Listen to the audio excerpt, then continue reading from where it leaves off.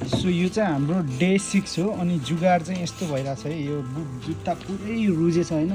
यो भित्रको इनर बुटी पनि रुजेछ यो पनि पुरै चिसो छ सो हामीले चाहिँ यस्तो गरिरहेछ हैन यहाँ यस्तो प्लास्टिक लाएर अनि जुत्ता लाउने सो हामीले चाहिँ अहिले डे 5 चाहिँ हामीले त्यो के अरे के हटपट अन्दै हटपट खाएर एन्ड गर्यो सो अनि त्यसपछि यो चाहिँ डे 6 अनि डे 6 चाहिँ ग्लासकोदेखि चाहिँ सुन्दर हुन्छ हाम्रो so is 6.5 hour ride but हामीलाई लाग्छ होला 8 आवर जति रोक्दै तेल हाल्दै जाँदा सो त्यही हो सो 8 आवर जति लाग्छ होला लेट्स सी अब हुन्छ नि कतिको भिडियो हुन्छ सो आज चाहिँ त्यति भिडियो हुँदैन होला किनभने गाइजहरू सब टायर्ड छ पानीमा भिज्दा 6 दिन भइसक्यो and we have completed NC500 अनि जस रमाइलो भयो पानी चाहिँ पानी नै थियो होइन हाम्रो दाइको 3टा साइड चिक्स छ है NC दाइ हेर्नु न मा कोरियन जस्तो देख्दैन त हाम्रो दाइलाई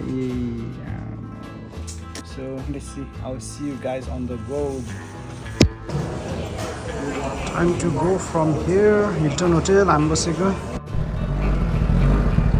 सो यहाँ चाहिँ मैले फ्युल हालिसकेँ होइन अनि अहिलेसम्म चाहिँ ग्लासकोदेखि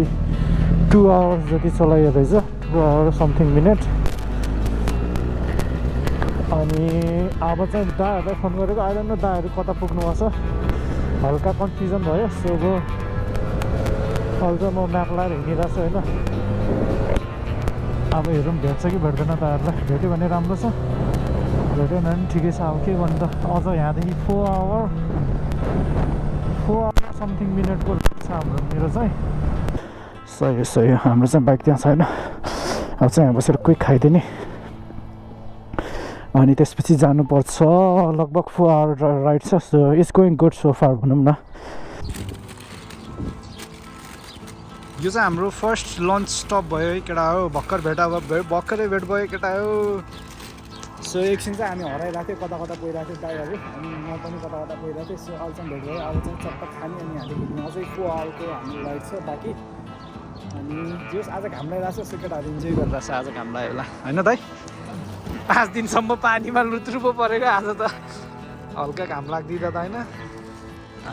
ठिकै छ यति भए पनि गुड इनफ फर अस होइन त यति पनि यति निलो आकाश देखेको पनि हाम्रो लागि राम्रै हो खानासाना पनि खाइसक्यो अनि पुरन दाइले चाहिँ के अरे पुरन दाइले तेल हाल्नुभयो अब यहाँदेखि जाने अब यहाँदेखि सिधै पुरन दाइको फ्युल सकिन लाग्यो भने मात्र रोक्ने हो हामीले that's what we are aiming at list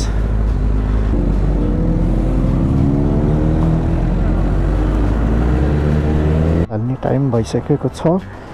हामीलाई चाहिँ बर्मिङहाम आउनको लागि अझै कति 50 माइल्स जति छ होला अनि बर्मिङहाम पछि चाहिँ 2 आवरको राइड हुन्छ घर सो लगभग 3 आवर्स बाँकी छ मेरो हिसाबको अनुसार सो हाम्रो चाहिँ यो चाहिँ 3rd फ्युल स्टप हो है हामी ग्लासकोदेखि हिँडिसकेपछि सो यहाँ कति खान्छ हेरौँ अब सो अहिले चाहिँ मेरोले 10 पाउन्डको खाएँ है 10 अघि 17 अनि त्योभन्दा अगाडि 13-14 पाउन्डको खाइसक्यो तेल 3 चोटिमा आयो हामी गाइज बर्मिङहाम आइसकेको छ सो बर्मिङहामदेखि चाहिँ अब हाम्रो राइड लगभग 2 आवरको हुनुपर्ने सो 1 आवर 50 मिनट जतिमा चाहिँ हामी स्विङ्गर पुगिन्छ है त सेरेहरू सो आजको राइडमा चाहिँ त्यति पानी परेन भनौँ अलिअलि परेको तर त्यस्तो गुजाउने पाइँदैन पानी परेन भनेर भनेको बट अनफोर्चुनेटली हामीलाई अब अझै 2 घन्टा जति बाँकी छ सो पुरै पानी परेर भिजिसकियो मान्छे सो अब चाहिँ यहाँ कतै रोक्नुपर्छ यहाँ चट्ट लगाएर रोकेर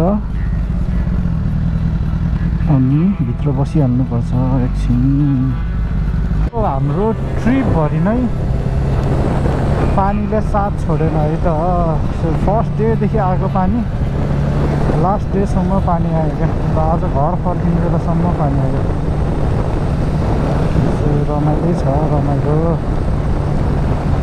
गाइस सो फाइनली घर आइयो and once again I am all wet As you can see punch यस्तो punch बनाउँदा पनि पानी झर्छ हैन अनि this bag served me very well हुन्छ नि यसमा चाहिँ waterproof पानी चाहिँ भित्र यतै पनि पसेन हैन even though I lost one of the strap दुईटै strap पछाडीको strapै हराएको यस्तो हुन्छ so I had to do it with this rubber band अनि bike is all wet I am wet मेरो गाडी यहाँ छ and अब चाहिँ यो बाइक भित्र राख्ने and let me show you how many miles I've done on this trip. So let's say so 1777 miles. That's a lot of miles. 1700 nearly 2000 miles को journey भएछ हैन so घर आउने बेलासम्म चाहिँ So guys, thank you very much for watching this video. I'm very glad to say and very happy and it's kind of an achievement. मैले NC500 सक्यो so full route गरे हामीले without हामीले NC500 पुरै चाहिँ सक्दैन जस्तो लागिरहेको थियो because we had few days of riding and only because हामीलाई यहाँदेखि जानै लामो समय लाग्ने थियो कि यहाँदेखि हाम्रो फर्स्ट स्टपमै स्ट्रेट गएको भए चाहिँ it was about 10-hour riding so त्यही भएर सक्दैन जस्तो लागिरहेको थियो but we managed to complete the whole route अनि त्यही हो thank you very much for watching guys and I will see you guys in next video